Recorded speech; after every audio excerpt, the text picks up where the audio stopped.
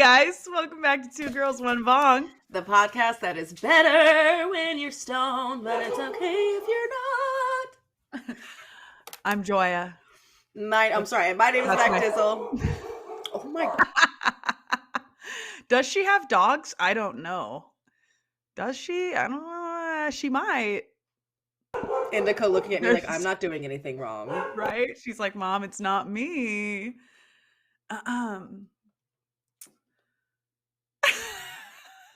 I feel so bad for the people that are not watching right now. All right, they're back. You think we're good? Yeah. Let's dive on in. Let's dive on in. Hello. Oh, you know what, MacDizzle? I wanted to tell you something that I heard earlier. I listened to it. It was a podcast on Duolingo. And it was about this girl. Well, it's about a dog. The title of Duolingo? A dog. Duolingo is the app. Duolingo? It's a language learning app. So I learned Spanish on there. They have podcasts. podcasts. You learned Spanish? I've been practicing my Spanish very regularly.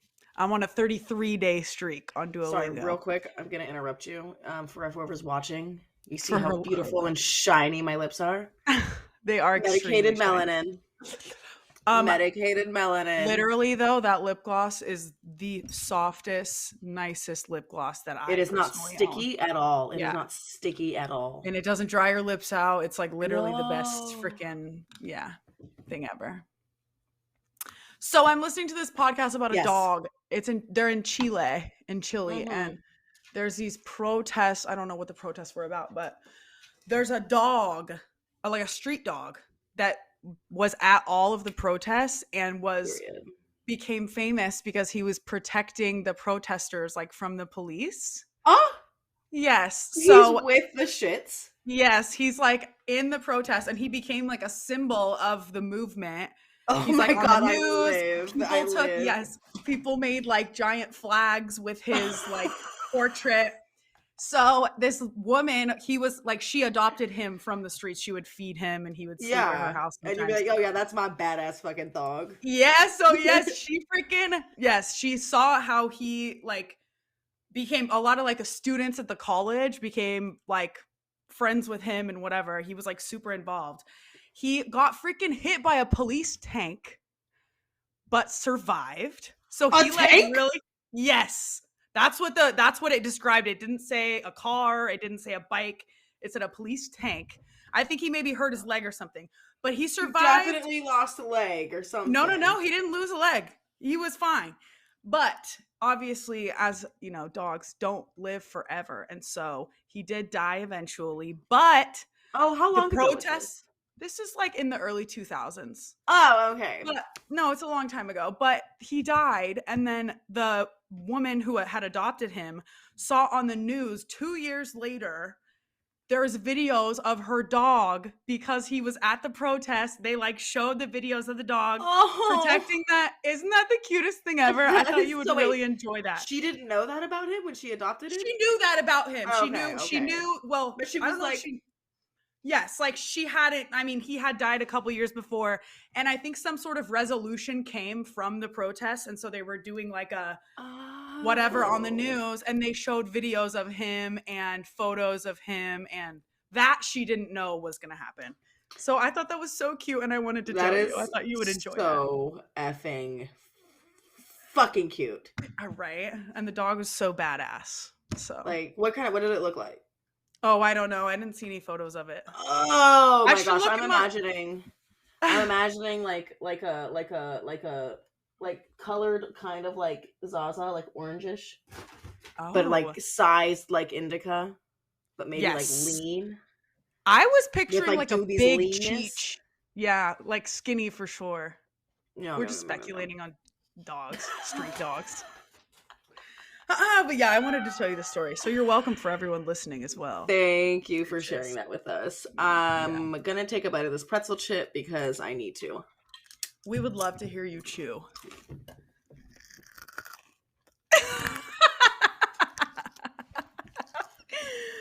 Hold on. I'll get the good crunch right now.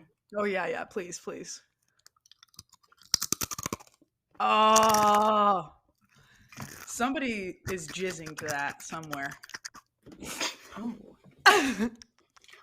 It got Jane's attention.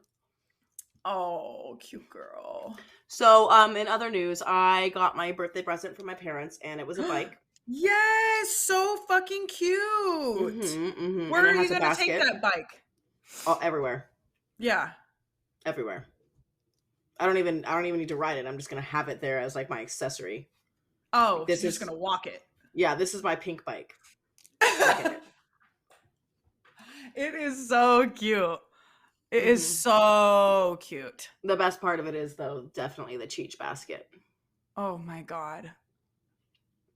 It has a 30-pound limit. Cute. It has a 30-pound limit, and he weighs 22, so we're pushing it. No, we just can't gain any more weight. No. How much does Mary Jane weigh? I don't know. I would love to have them in there together. That's never gonna happen for them.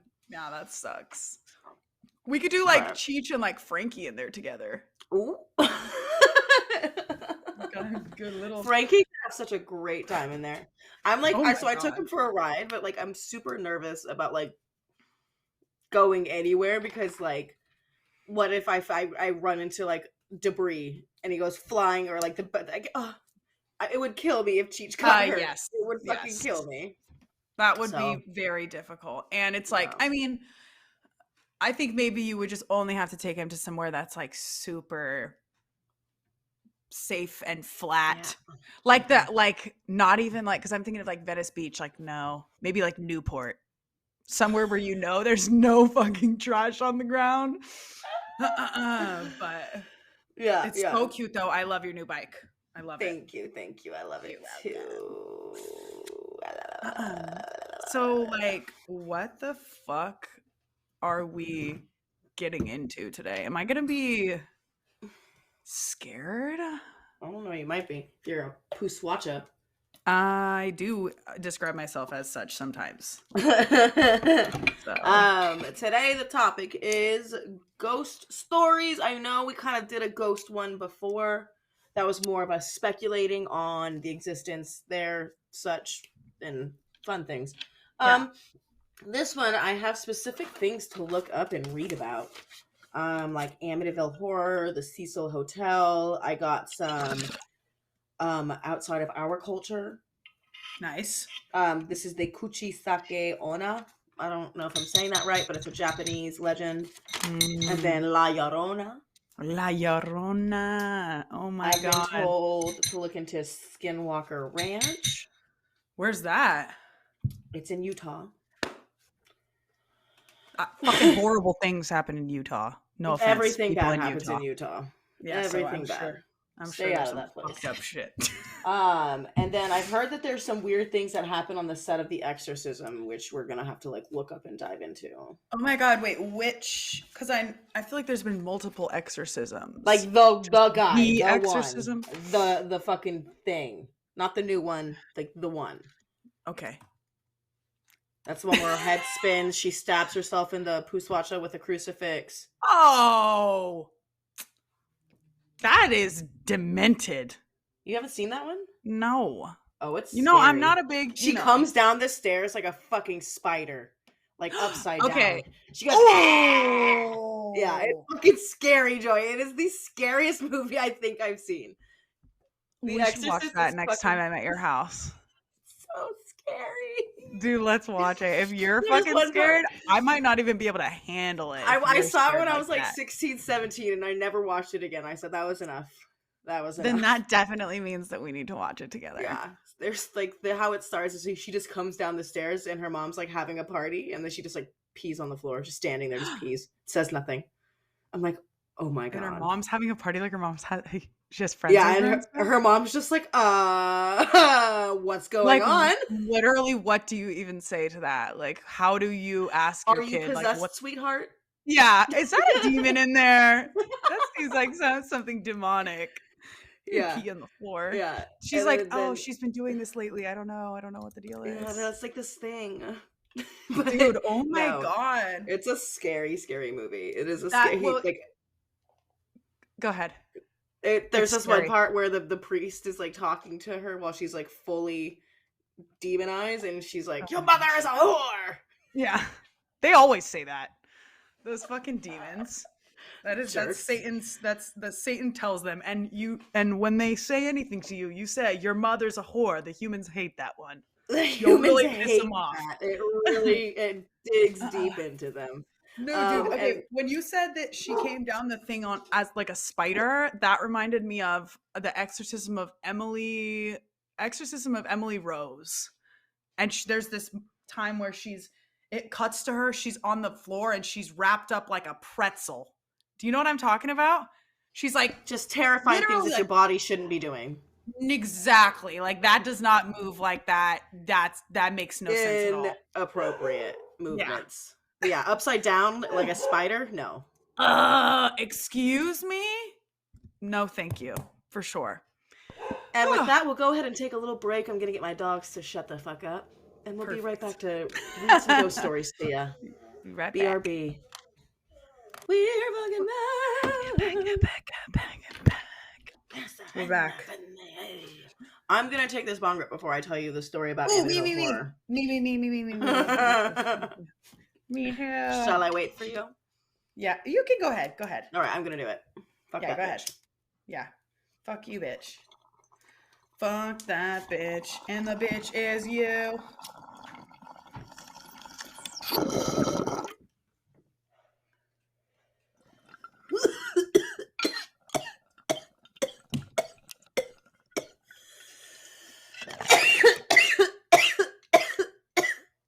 Ooh.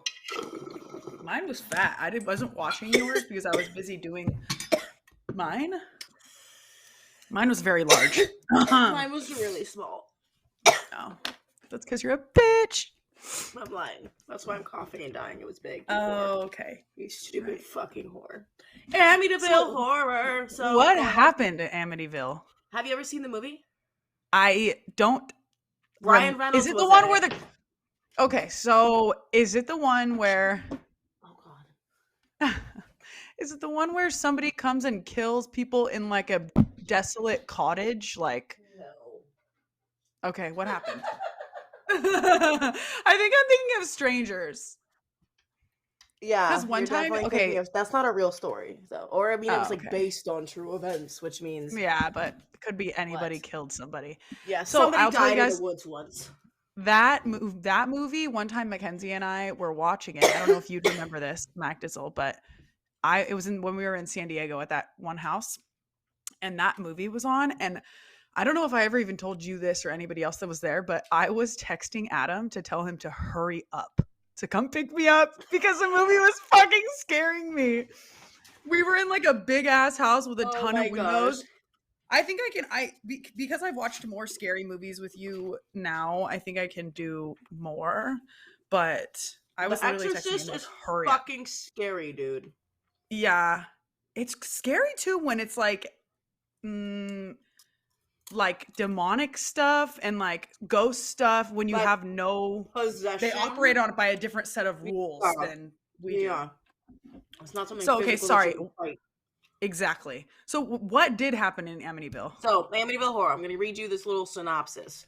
Okay. Let me get my nice little mic here. It's going to be a nice little read.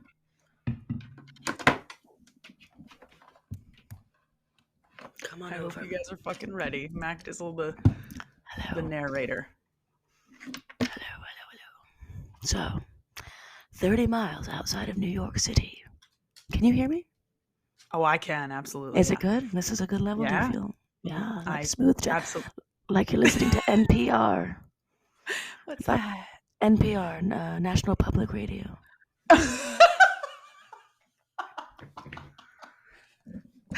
That's exactly what it sounds like. Yeah, let me fix this. Let me fix my camera so we can get the real fantasy here. If you're not watching, you should. WeedTube.com. All right, here we go. So,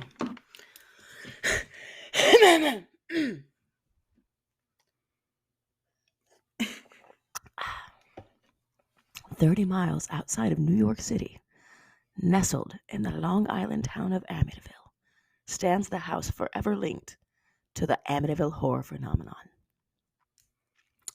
On November 13th, 1974, the estate was a scene of a mass murder. Using a .35 Marlin rifle, 23-year-old Ronald J. DeFeo Jr. murdered his entire family while they were asleep, which includes his parents and 4 siblings. So that's a real thing. Damn. That's a lot of people. Yes. That's 6 a massacre. people? That's 10 people. Well, I mean, yeah, so 6. It's 6. Yeah, sorry. Okay. I was doing bad math. 4 plus 6.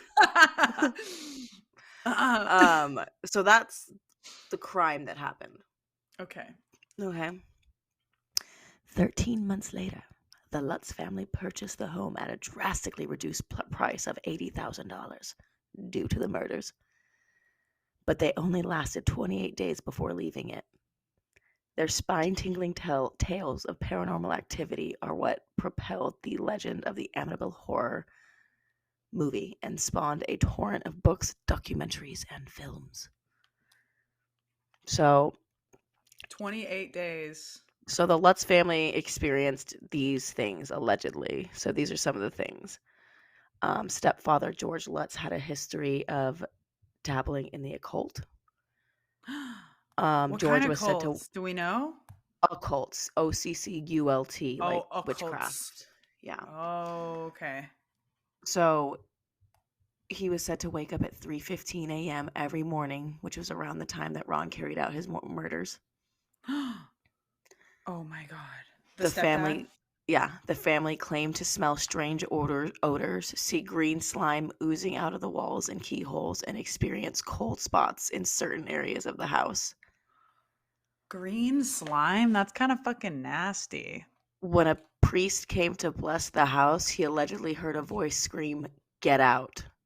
He told the Lutzes to never sleep in that particular room in the house. Do we know which room that was? I don't know, but oh my God, there's that's fucking creepy.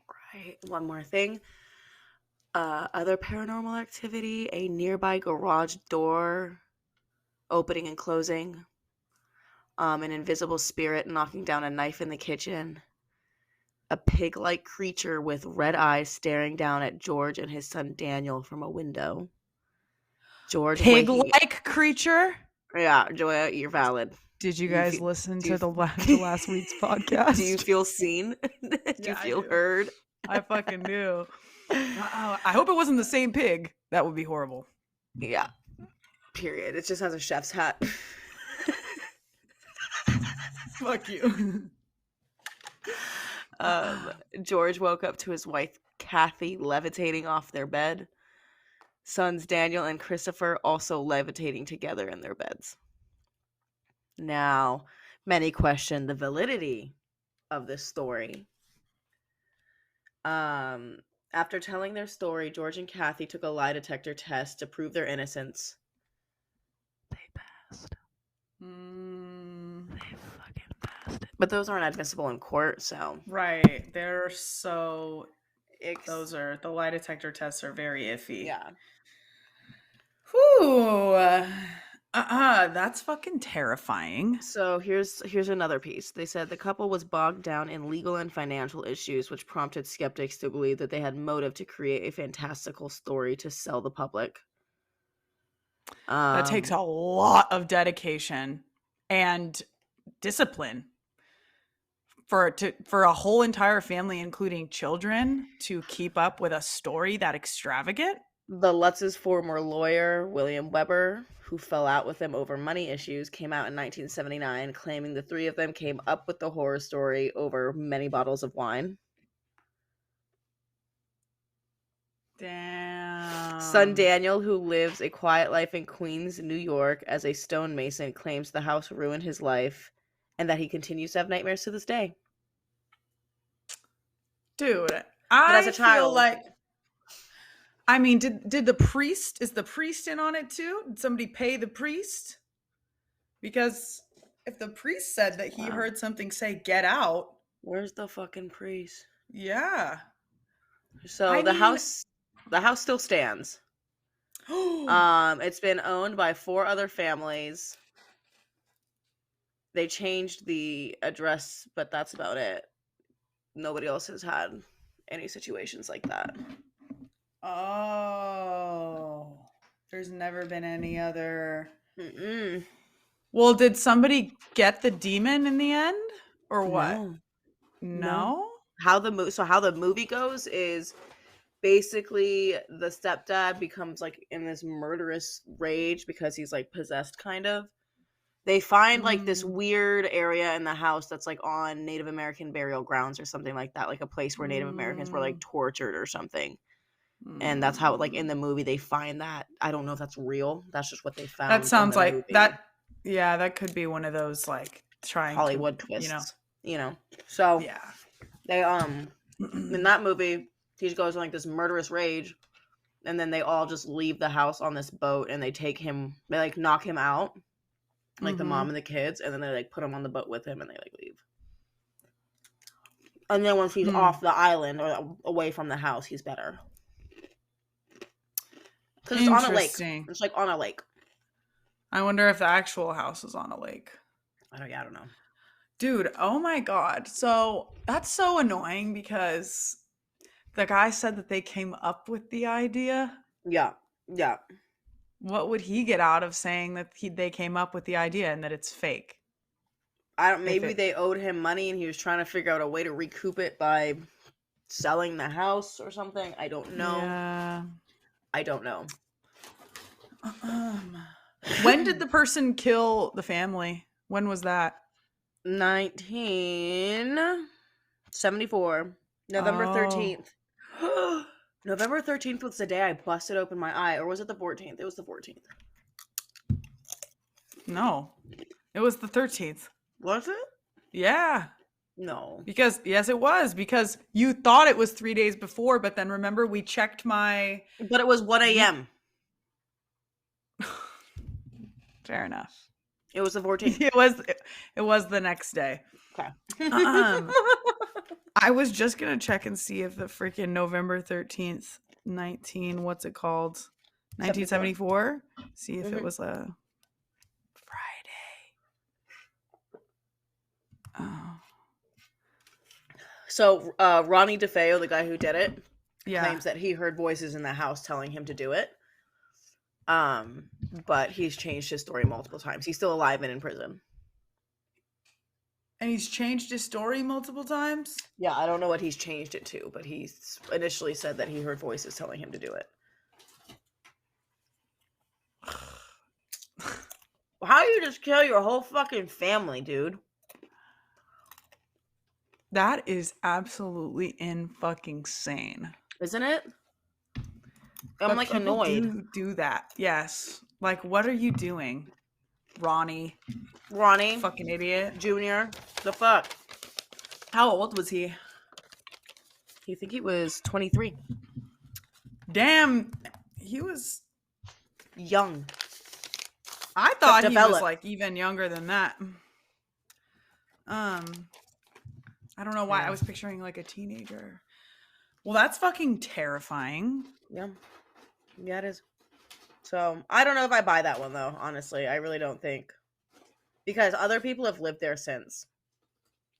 The fact that other people have lived there and not experienced anything bad. Mm-hmm. But maybe the demons are just dormant and they're just waiting for the next time it's appropriate. So, I'm going to wait for the next weak blood to arrive. Yeah. But, that it does sound kind of fishy. Yeah. But then again, there's like those things where you can keep, if you confirmation bias. If you keep looking for things that agree with you, you'll find it. That's the thing. When I research these things, I read both sides right off the bat. I read this, I say, okay, that's compelling. And then I read, okay, this is what the skeptics had to say. And I say, well, all right. Because I want to know both sides. I feel like that's the best way to make an informed opinion. Of course. Absolutely. It's necessary to make an informed opinion.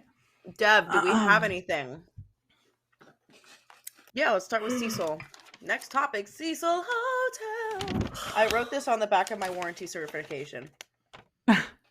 Warranty certification? I don't know what it's for. A couch, maybe? It's a chair. Oh, it's for this chair that I'm sitting in. Okay, Cecil Hotel. I'm going to read. There is a lot I know more. this one. Let's find something else, because there is a lot of stuff that happened at the Cecil Hotel, and this looks like it's just about the Netflix show. So here I can touch on this. I know I've watched literally more like the thing years before this came out. Okay. I literally there's found been like video. 80 people that have died in that building. Yes. Yeah. Like bunch of suicides too. Like tons of suicides. Lots of suicides. Yes. It's like literally been like dozens of people since I think the manager said that they had one death every year since he had been there, and that's in recent years. Okay. Okay. So, the Cecil Hotel was founded in 1924 in downtown LA. The 19th floor and 700-room hotel was originally built to be a destination for business travels and tourists. But after the Great Depression, it became a budget hotel that attracted unseemly clientele. So people with, it's not just people with no money. It was a lot of drug addicts that went to that hotel. Major. Yes, for sure. Yeah, so it's right in Skid Row. They're saying since its downfall, the Cecil housed sex workers, drug dealers, and sometimes homeless people. Homeless people, you're fine. Everyone else, because I think they had cheap, and homeless people too. No, that's what I said. I said homeless people, you're fine. And I left. Yeah, drug dealers, and sex workers. Not drug dealers. I don't really. Nah. Too much violence. Dang, it says a former manager said that Skid Row.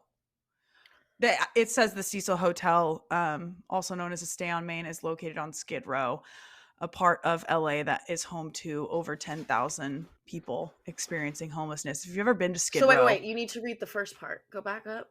What first part? Because the Cecil Hotel is also known as the Stay on Main. Yeah, I said that. Oh, okay, my bad. But yeah. Yeah, so it's right in Skid Row. So I'm sure that's once Skid Row started forming is probably when they began to have more homeless people, because they definitely, like, the city of LA created Skid Row, right? They made it legal to camp in one certain part of downtown. Yeah, I think that's what happened. And then it created Skid Row. Which is like, you should be allowed to be homeless anywhere. Yeah. Like, just because you live in a nice area doesn't mean you get to believe that homelessness doesn't exist. Yeah, which is what people do. I mean, there should be no homelessness in this country. That's very fact. I used to live in Irvine, and they would pick up homeless people and drop them off in Santana. Dude, oh my God. See, yeah, that's literally what they did. They said, just pretend like you don't exist. Ha ha ha. We actually, I was just up at my sister's for the weekend, and we were getting gas.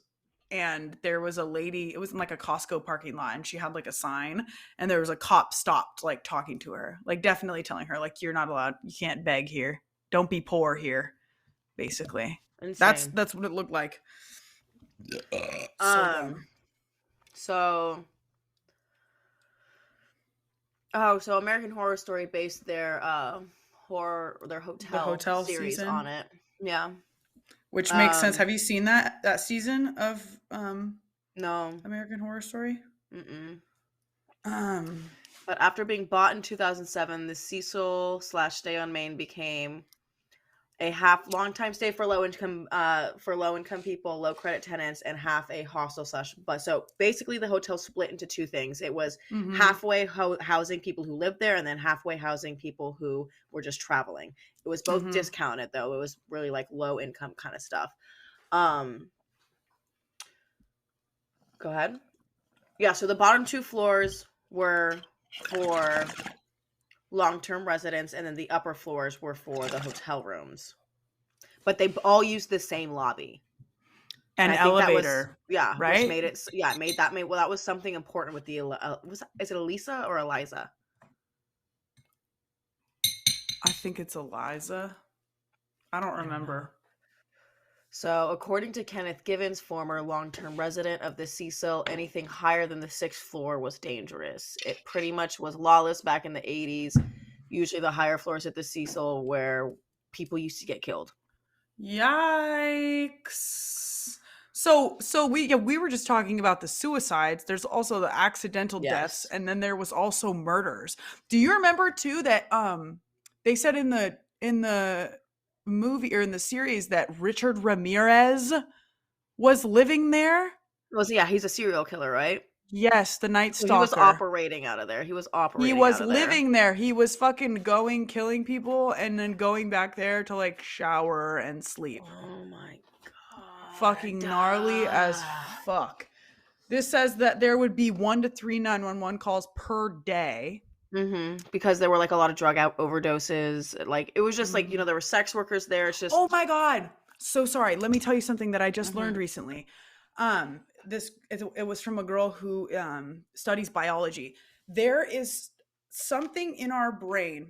So when you do drugs in your home, your body is the most used to it. Any type of drug, your body's the most used to it. And so sometimes if you do drugs at home, you'll end up doing a little bit more because your body has built up more of a tolerance to it in this familiar in this space area. Your brain kind of operates differently. Got you. So when you're in a new place like someone's house or a hotel, you could take your normal amount of drugs that you normally take in your own house, and your body will react differently because it's in a new place.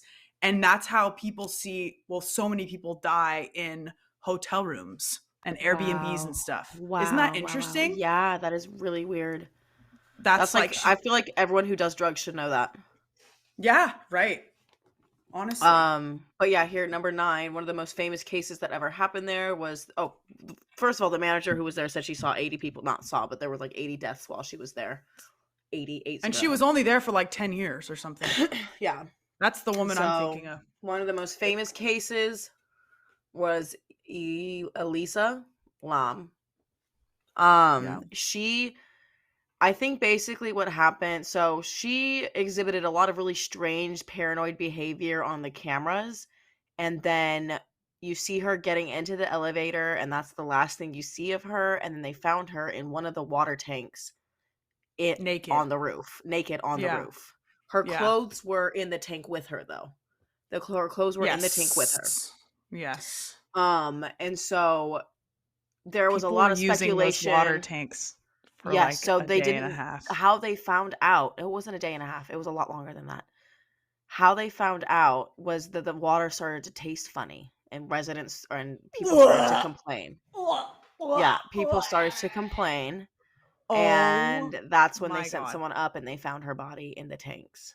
Yes, so people were just eating decomposing body. Go put me in the tank with her, bitch. I'm done. I'm done. I'm fucking drinking done. Fucking dead body water. Are you fucking kidding me? Mm-hmm. Oh my god, and the color was a grayish brown. Yeah, it was disgusting. So I believe, if I'm not mistaken, I don't want to misspeak here, I believe that she had a history of mental health issues, and she had not been taking her medication that she was supposed to be taking. And while it seems like a very unusual and not likely thing, I do believe that she put herself in that tank and drowned. Yeah. I get so like there were a couple pieces of evidence that were like, well, the tank was closed and that's almost impossible to do from the outside, but we also need to consider that water levels were different when she first got in there. It's just a lot of different things that, while I do have some questions, I do believe ultimately that's what happened. There might be some interesting loopholes on how she did it, but I do believe she did it herself. I think she did too, but that hotel there's definitely fucked up shit going on in there. But that's what I'm saying. There's definitely spirits that live there, I think it's kind of like they picked this case to make a big huge deal out of, because it was really weird, but they can essentially almost prove this to be not paranormal, not supernatural. But here's the thing, maybe we don't know what she was hearing. Maybe she was hearing something. Maybe something was guiding her to do that. Yeah, remember when she was doing the in and out of the elevator? Yes, like she was going, huh? Like watching for somebody. And then she was petting something. I don't remember that. It was like she went like this. She was like petting like a dog that was like not next to her. Not there. Yeah. What the fuck, So it was very odd. It was very, very odd. If you haven't seen the series on Netflix, I highly recommend definitely it's watching spooky. that. I mean, it's not spooky once you get to the end. You kind of realize, but it is very weird. It's fucking weird as hell. With that, we're gonna take a little fucking break. We'll be right back to tickle your hips. We'll be here. Ooh. And we're back. We did a little researchy. Wait, scroll up again, Dev. I want Joya to look at it. No! Stop! Take it away. She hates this thing. I don't like the doll at all. We're looking up La Llorona. La Llorona. I will read it. Okay. Or would you like to read it? You can read it. No, you can go ahead and read it. All right. All right, I'll read it. You fucking read it, bitch. I'm not going to anymore. I've given up. Okay. La Llorona, or the Weeping Woman, is the frightening figure of a heartbroken woman who drowned her children and haunts the night, especially by riversides. Her story is repeated to children throughout Latin America, with numerous versions circulating throughout Mexico and the American Southwest. She's been identified as the Aztec goddess Coatlicue. Who? Nice. Oh, but I probably butchered it, yeah. But according to one legend, was heard weeping for her Aztec children on the eve of the Spanish conquest. Wow. Some identify her as the damned ghost of a poor woman from Ciudad Juarez who stabbed her children and disposed of them in the Rio Grande in order to win the affection of a wealthy man. Oh my God. Sister. So there's always some water involved. I in my head she had drowned them, but apparently there's other versions where she said that's just where I dumped the bodies. Yeah. So there's another legend where she is actually La Malinche, the crucial interpreter and lover of Hernan Cortés, who was who? He was the Spanish guy, right? Yeah. After the fall of the Aztec capital and having born Cortez's first son, La Malinche was replaced by Cortez's first wife, who had been awaiting him in Cuba and was hastily married off to one of his Spanish companions. La Malinche, and La Llorona, whether considered as overlapping or two totally separate figures, reappear frequently in Mexican pop culture, north and south of the border. So she is always crying near water. Mm-hmm. She killed her kids. Well, in one situation, the other situation, she just got the shit end of a deal. Oh, so I've never heard that. It's always kids, because who does she kill in the other one? She's not scary if she just cries. Yeah, no, that's happened to thousands of women too. Yeah, can we scroll back up, Dev? So she was no, that is a stupid La Malinche. I'm not scared of La Malinche. I feel like she's scornful. Yeah, I mean, she's upset. She's crying. She's sad. But she didn't kill anybody that you know of. You're right. I don't. Maybe La Malinche, did. Maybe she's that bitch, and she was just real sneaky about it, so they didn't even know it was her. Oh, you're right. So we don't even know about her murder. Yeah, she was fucking good at it. She got away with it. Yeah, she's fucking solid. Oh man. Well, there's definitely movies about La Llorona too. Mm-hmm. I've seen the movie. I watched most of it on the plane. I've seen. I should watch this. You know what?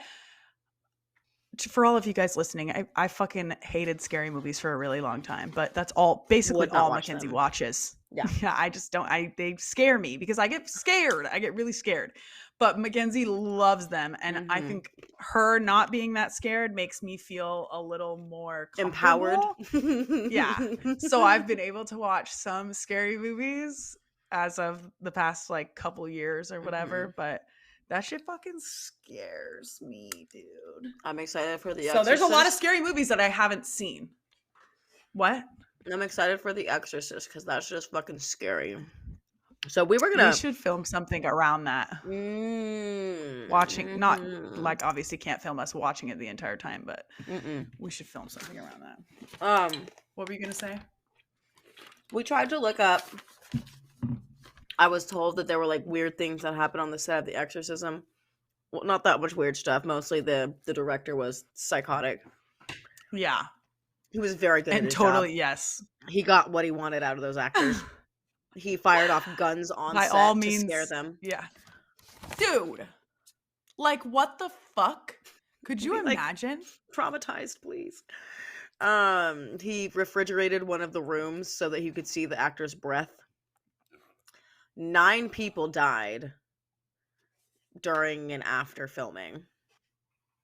And 4 of those people were killed by a murder-suicide situation. Yeah. I mean, we know that actors in general, like it's easy to get stuck in that. Heath Ledger, man. Oh, rest in peace. Rest in peace, Heath Ledger. Oh man, Gen Z will never get that. They'll never get Heath. Honestly, I wasn't a super huge. I mean, I knew who he was, and I had seen some of the movies, but I've still never seen Brokeback Mountain. Oh no, he was like my crush. That. I didn't want to see that because I was like, no, you're not allowed to do that to Heath. Not my Heath. I need to watch it. Because I don't even know what you're. I mean, I know that there's, I was like, no, there has to be a chance for me and him. There has to be a chance for me and him. In this movie, there's no chance. I cannot win.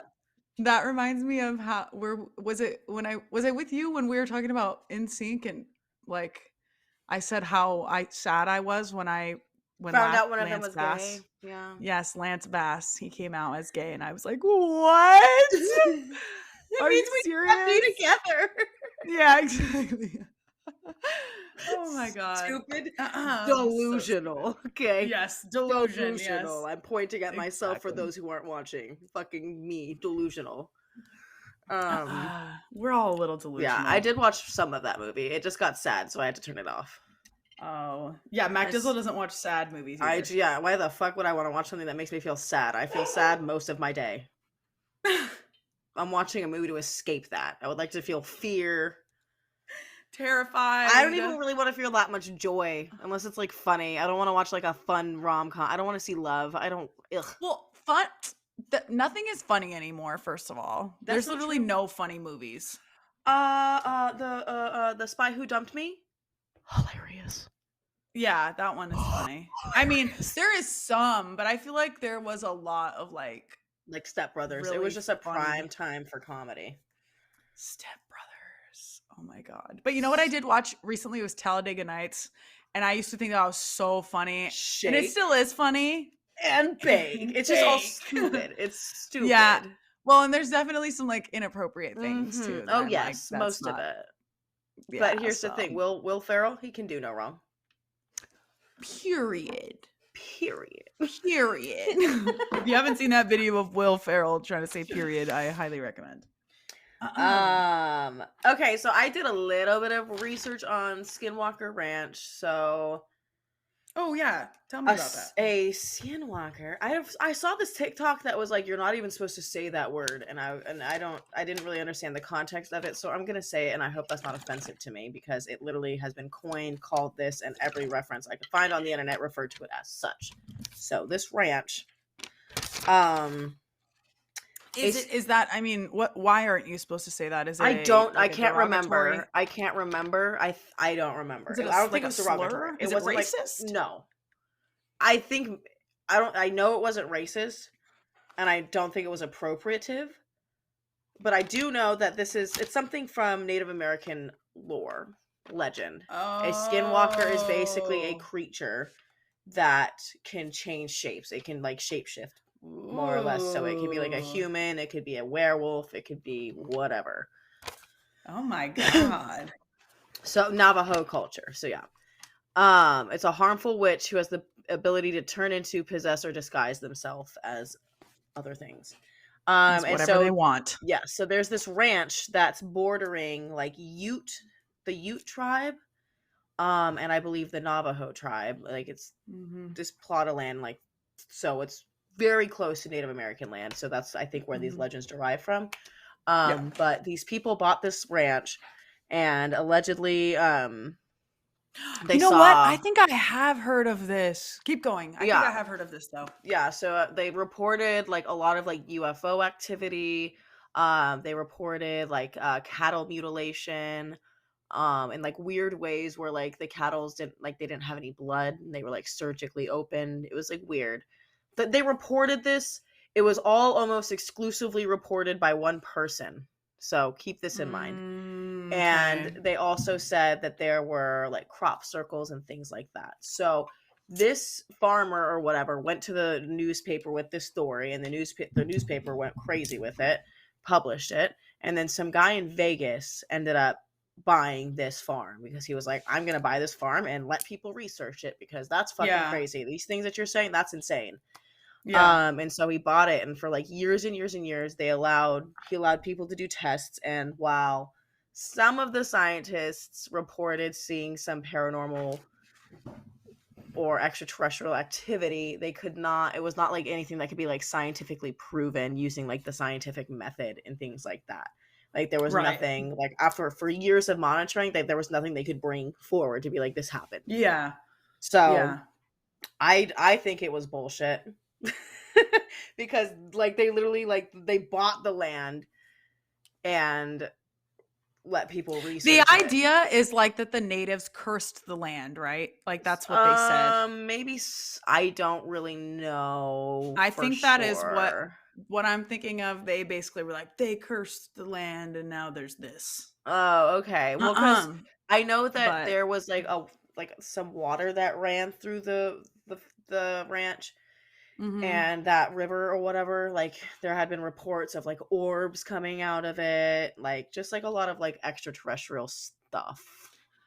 Oh, that's interesting. And it's also in Utah. In Utah, it's like the hotbed for that kind of activity. Actually, no, it's like Nevada, Utah, like that inner New Mexico, right? Where's New Mexico? Yeah, that's where area whatever it is. I think Area 51 is in Nevada. 51. That's in Nevada. But that would make sense. Like that area. So yeah, what they're saying is all very similar. So the farmer sold this farm for way more money than it was worth, I think, because of this. I think the farmer got like, I don't know. He was in some kind of financial trouble, and selling the farm was good for him. And so I feel like that's kind of a pattern in early times. You could just say whatever you wanted to the newspaper, and they'd be like, well, "That's a great story." Wow. Yeah, nowadays they'd be like, "Do you have a video?" Yeah. Like, do you have a video or anything? Yeah, dude. We just watched.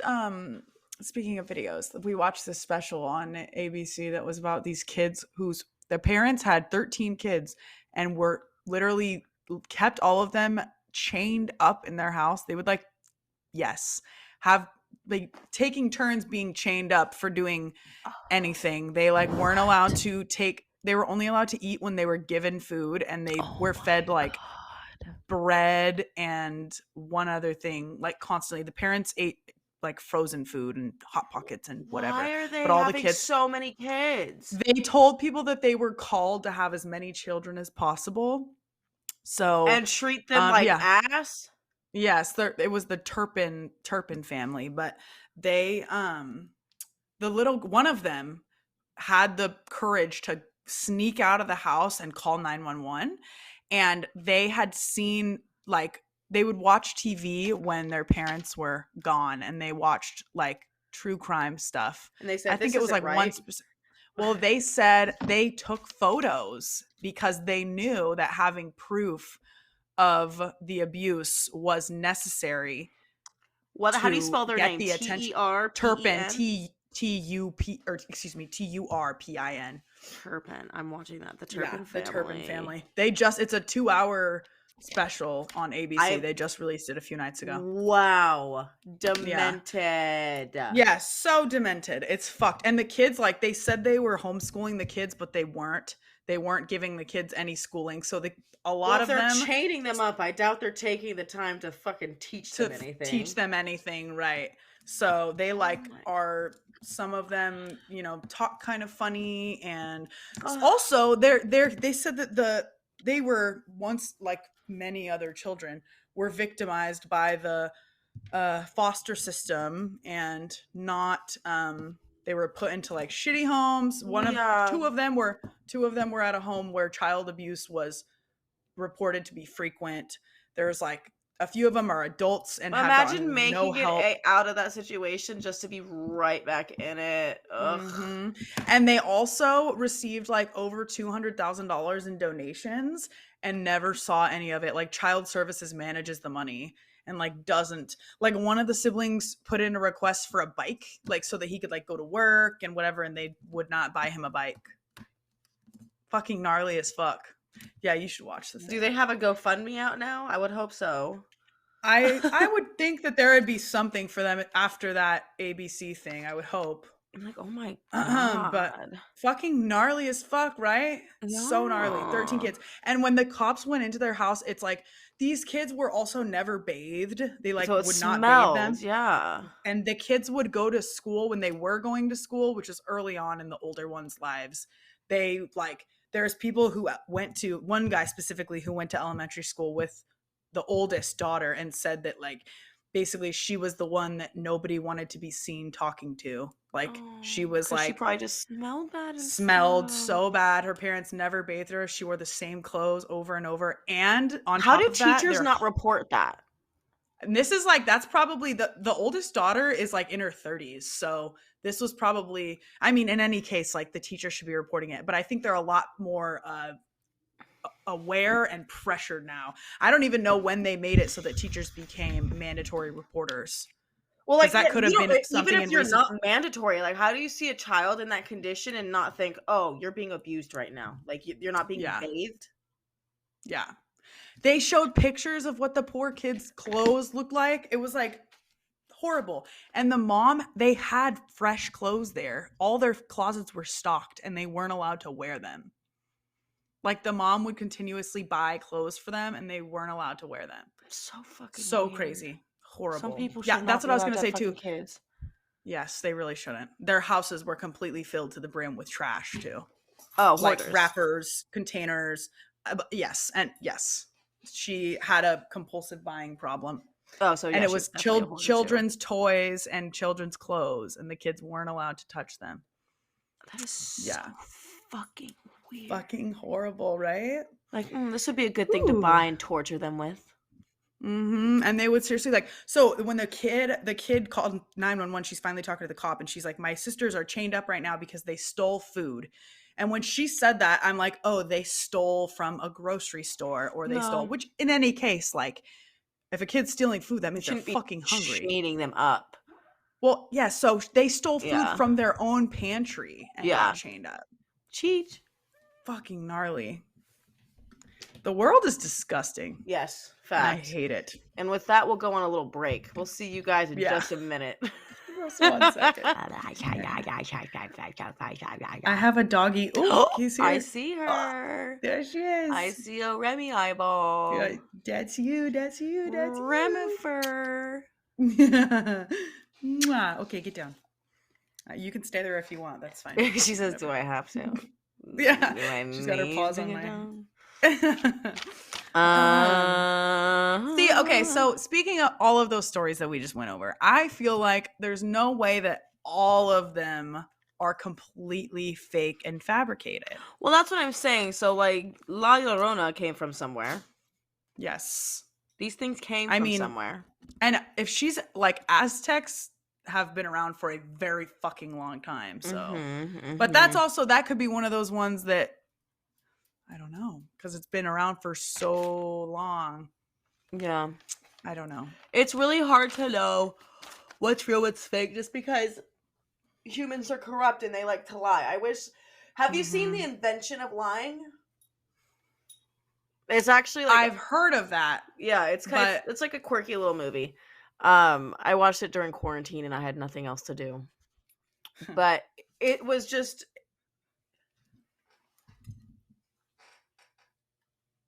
whoever came up with lying, you fucked the system up. You fucked it up. Whoever was like, you know what I'm just gonna do? I'm just not gonna say that. Yeah. I'm not gonna actually tell the fucking truth. Not gonna say what actually happened. Yeah. Because now it just opens the door for so much opportunity for, like, that's the whole reason court exists. Imagine you couldn't lie. Did you murder this person? Yes. Where? Yes, I did. I don't know why I'm chewing a piece of ice right now. I'm sorry, guys. It's okay. Liar, Liar with Jim Carrey. Yes. This pen is royal blue. That's a really good one. He was trying to tell one small little lie. For those of you who don't know, Liar, Liar, Jim Carrey, iconic movie. He basically he's a fucking he's a compulsive liar. He lies. He's a bad dad. He's like not showing up for his kid, and he lies about it. The kid wishes on his birthday, I wish my dad would never tell another lie. Or wish my dad had to tell the truth or something like that. Yeah. And the next day he wakes up and this guy's a lawyer. So it's a very difficult thing for him. And he's in his office. He realizes that he can't lie. And so he's trying to come up with one very small little lie that he can do. And he's trying to say that the pen is red. And so he's just sitting there struggling. The pen is royal blue. Oh, that's fucking funny. And then his assistant walks in and he just has blue written all over his face. It oh my god. I need to go back and watch that. The pen is blue. Funny. Goddamn pen is blue. It's so good. Oh man. Well. The Claw. Oh, classic fucking movie. Anyways, I would love to do a part 2 on this, and if there's anyone in the comments who has good things we can look up, good movies we can watch, things we can research, would love to do a deep dive. Because we could like break down. You know, what we should do like a cold case next week. Yes, we should look up a cold case and like find all the facts. That's a really good idea. Maybe like that's a really good idea. So maybe that's what we'll do next week, a cold case. Yes, I love that idea. Fuck yeah. I'm gonna take this bong rat. Okay, yes. I love your I still like it, but I thought it had horns on both sides, your bowl piece. Like I thought it had two like double horns. That would have been cool. Yeah. Does it? Yes. For our demonic episode. Totally. Very appropriate.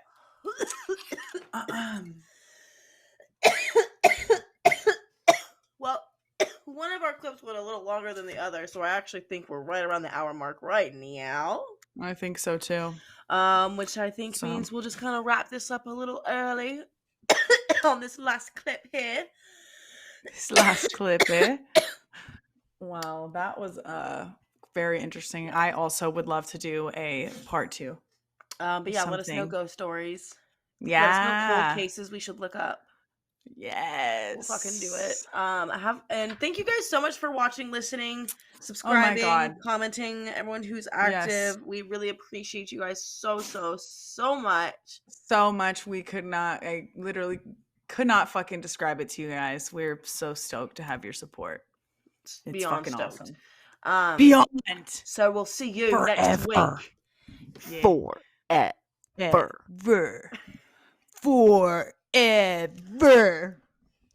There's gonna be people who have never seen that movie because it's too old. It's okay though. Oh my god. Well, we love you. Mostly that. Motherfuckers. We'll see you guys next week. Have a great fucking day. Do something nice for yourself.